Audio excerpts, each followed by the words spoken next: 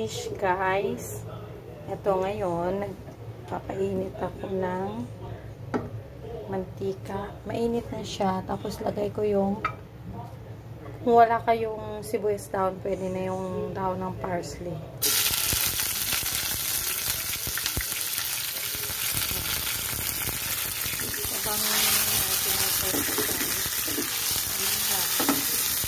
Tapos i-off na yung fire. Ano nakasimple? Buhos sa taas ng isda. Okay?